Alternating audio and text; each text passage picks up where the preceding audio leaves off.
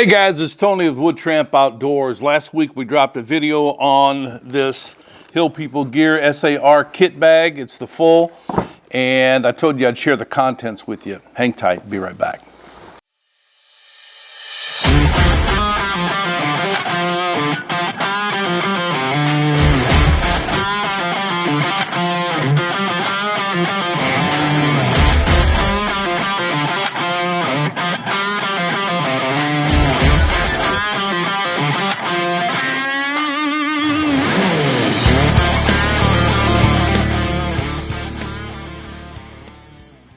Guys, welcome back. Here's the deal. Haversacks. I've used them for years in some way, shape, or form. This is a very traditional haversack. This happened to be made by Campcraft Outdoors. And we have reviewed 3 of their bags, and I can tell you this is probably the very best haversack, waxed canvas haversack that we've used from this company. Jason Hunt does a great job. But be that as it may, what you have here is a bucket style, potato sack style, however you want to call it, which means is that when you put your gear in here, they have to marry together. And as you're walking, the things that you had on top, tried to organize it, it ends up getting down to the bottom, especially smaller things. So you have to end up dumping all your stuff out. And for the last 5 years, I've had so many people tell me, hey, have you ever considered a chest rig? Well, when you're carrying magazines, yeah. But I really was pushing against moving away from the haversack because of the simple fact that this is what I grew up with.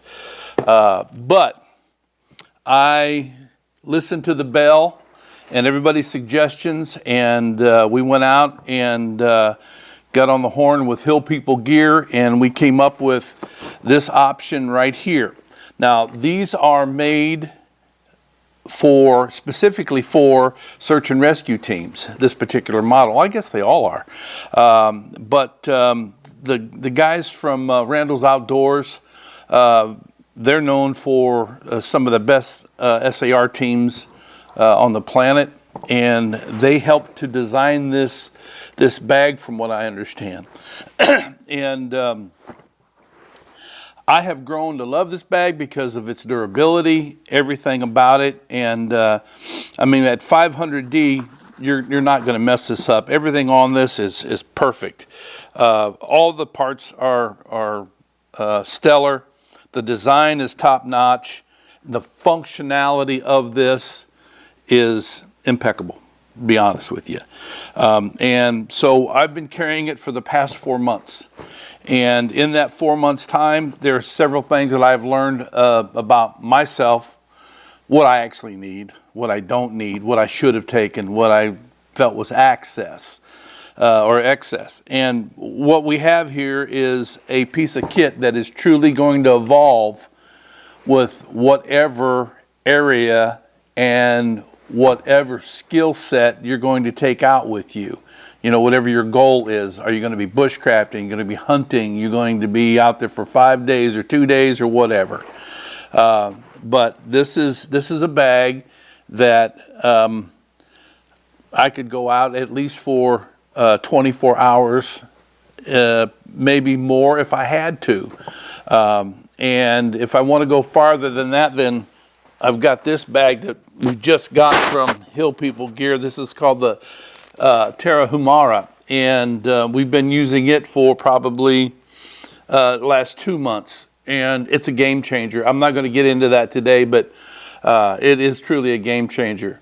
You're used to me using the wax canvas bag from, let me see, that is John Pack, and I fell in love with that dude, and once I put that insert in there, man, it has been my #1 go-to bag, and this has actually changed that. So now, let's talk about the contents of this bag.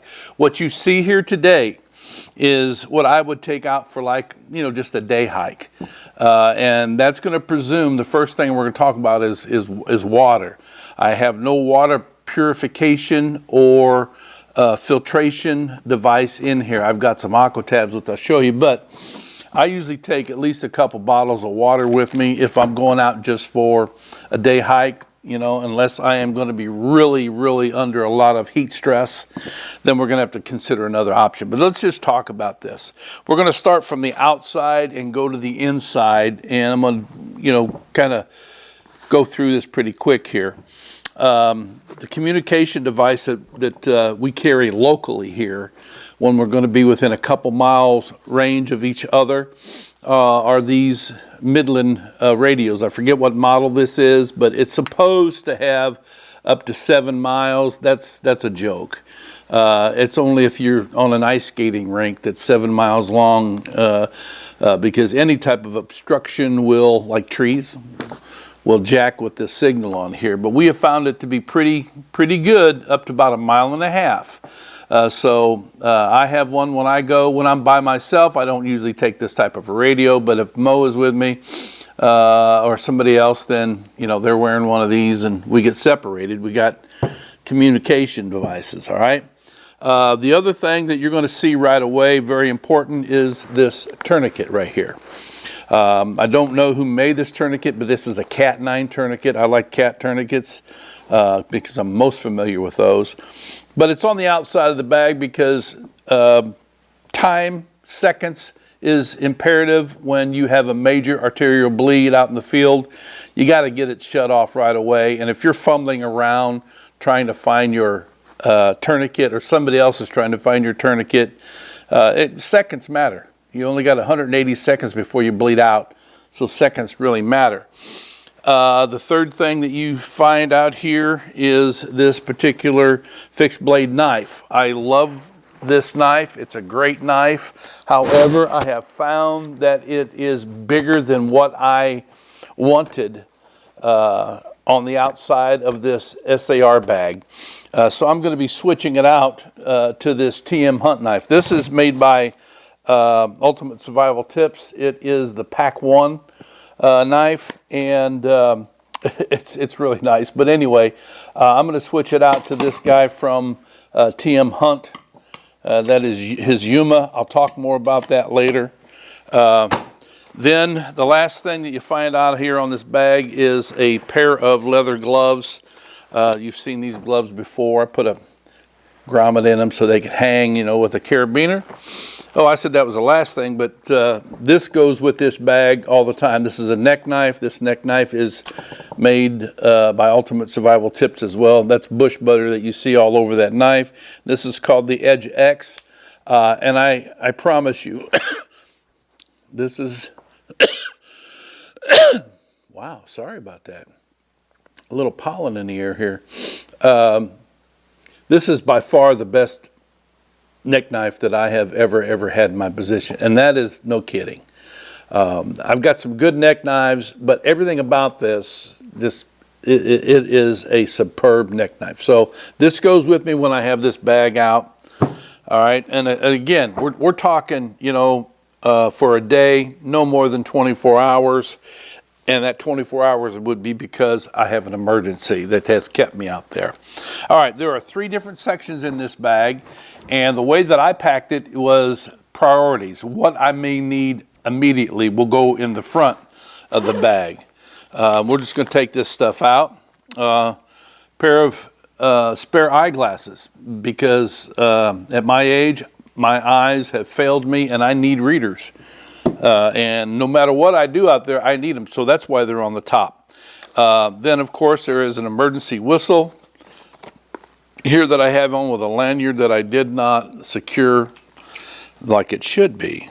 But, I mean, that's a simple fix right there. Right? So it's got a little emergency whistle here. We got several different styles, but this was a flat one. That's why I chose it. Then, of course, I've got a compass. This is a Sun 2, and then we have a bank line, and there's probably at least 50 feet on here. Ridge lines, fishing, trapping, whatever. But I tell you what, everybody knows about the bank line, right? But what they don't know about these little cards, and I can't tell you who makes these, I don't know, but we had some of them sent to us, and they're great for managing your cordage, and you can see how flat that is. Okay. Next thing, of course, we got a space blanket, and then I got quick clot in here, just in case we have to stop some bleeding, along with the tourniquet. Got that there. All right, and then the next one, you know what I'm thinking is that I need to get me some gauze in there also. So I'm going to go to the next compartment. All right, and the next compartment is the main compartment, and it folds down like a desk. And what I have done here is I took an idea off of this other bag by Merrimack, and I have seen other guys not do that. And what happens is that when you open this up, if you're not prepared, stuff will just fall out. But I put this paracord on here to keep it from doing that. And when you're wearing it on your chest like this, it serves as a desk, which is really cool. So let's just talk about what's in this main pouch. Got a headlamp that's out here. This is a Streamlight Bandit, and if you've never seen these are pretty cool. Very lightweight, and they do the job good. In this particular bag is a charger for my electronic devices. Man, for years I pushed back on electronics out in the woods. You know, I said it destroyed the purity of the art. Well, hello. Technology got the better of me. So I've got cords, everything's managed inside this bag. If I need it, just pull it out. And I don't use those cords for anything else, just for this bag. Okay, the next thing that we're going to look at, well, of course, we've got an extra flashlight. There you go, little guy there. That's from Olight. And then this guy here, this ring, is for quick deployed tripods, for cooking tripods. I picked this up out of the alley, and it had a little tag on it that said full or empty. So this was an identification ring for a gas bottle, you know, industrial gas bottle. Works perfect for that. And I'm telling you, if you've never carried a ring, you need to consider doing it. And these thin ones are sturdy. They're not going to break, and they'll do the job, and they're not heavy like my other rings. That'll get you cooking quickly. All right, on this side here, I have got a Altoids can, a real Altoids can, and it has all types of first aid things in it. You know, I've talked to you before about folding your duct tape or Gorilla tape or T-Rex tape, the 1-inch on itself, and you can peel it off as you need it. That's it there. Aqua tabs to purify some water. I do have some skin wound closure stuff here. Several Band-Aids are in here, and the one on top, I got to tell you this, okay? If you've never used a MyMedic Super Skin, you are doing yourself a disservice. I have cut myself pretty good and applied these bandages, and they did not leak, they did not come off. I was processing game, and the fat and the grease in the meat did not remove the bandage. It stayed on until I took it off. They're great bandages. So this is just like a boo-boo kit. There's some hydration granules in here that I mixed with water. So that's a good add there, you know, for a small little med kit. Again, it's got some ointments in it, some hydrocortisone, it's got some wipes, just stuff for minor medical applications. On the other side is a fire kit, and it is an Altoids-like tin. These are what our SFK1s came in, the survival fire kits that we no longer make, but I mean, this even still has the old card in it, but here it is, and it has a ferro rod and a striker, and then the magic of the moment is that fire cake that we used to make. And this is one of the last ones that I have left. So I keep it, and there's a cell needle on the back just in case. Then of course I've got an Exotec fire sleeve for a Bic lighter, and every now and then you should check your Bic lighters, make sure that it's still firing like it's supposed to. But these are great little adds right there to your kit. I have some Borvo broth. This is if you just need a quick pick-me-up, a little snack while you're out on the trail. You got to have a cup for that. And then I also have these hydration packs, which these are straight to the mouth. You don't have to mix them with water. They're like Kool-Aid, you know, and they taste okay. But I have 3 of them here, and that would be enough to last me probably 2 days, probably. Not sure though.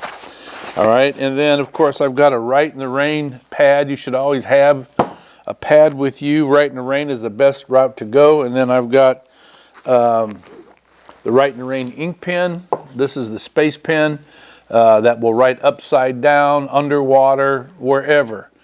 I love this pen. And then this is the new mechanical pen by Right in the Rain. It's a little heavier version. I like that.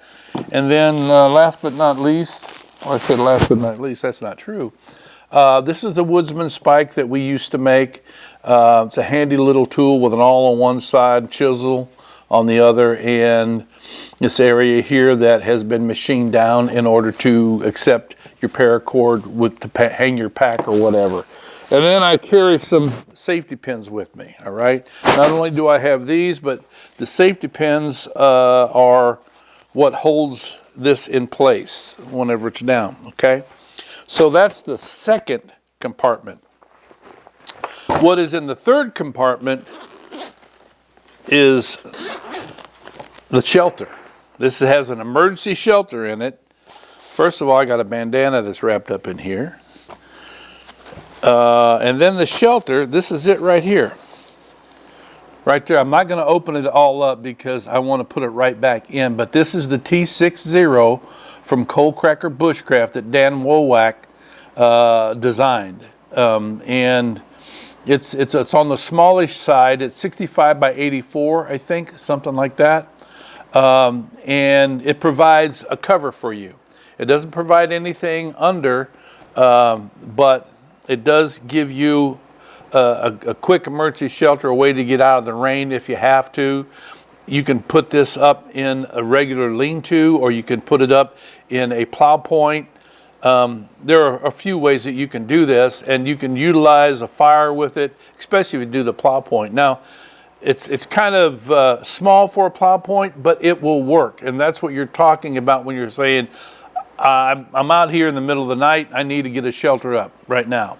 That would do that for you, and it weighs hardly anything. It just weighs ounces.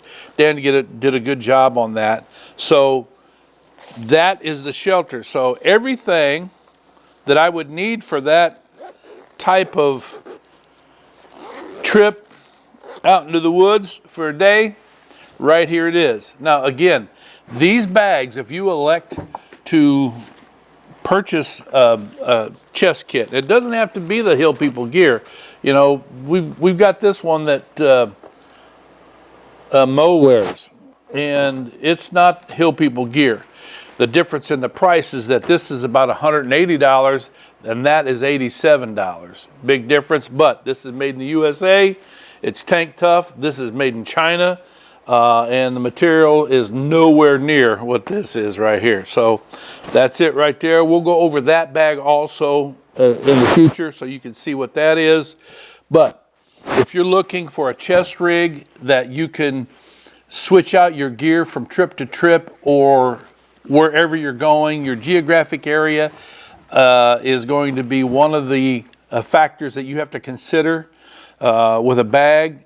Just like a regular bag, but I mean, you got to give this more thought because you're leaving a lot of stuff behind. The advantage of this guy, it's organized. It's not like the haversack that is not organized. I mean, I can go right to what I need here. Now, there are some things that I realized I didn't put in this bag, and I'm thinking about it right now. And then I'm going to switch out this knife to the TM Hunt Yuma.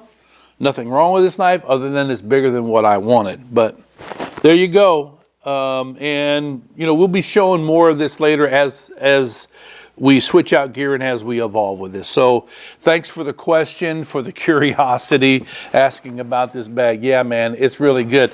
And the Terra Himara that you haven't seen yet, it is truly a game changer for those of you that are wanting a down and dirty pack that can hold a lot of gear and that's comfortable. So thanks for watching. Thanks for all your support and for all your emails and your questions. So until next time, you guys be safe out there in the woods no matter what you're doing.